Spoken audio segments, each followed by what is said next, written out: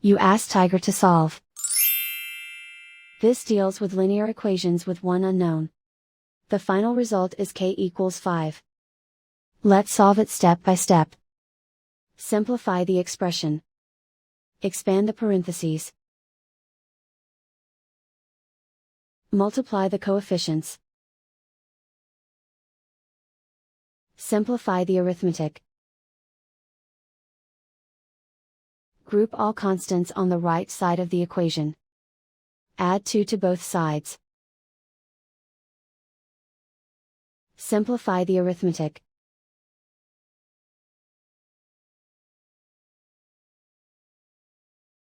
Isolate the k.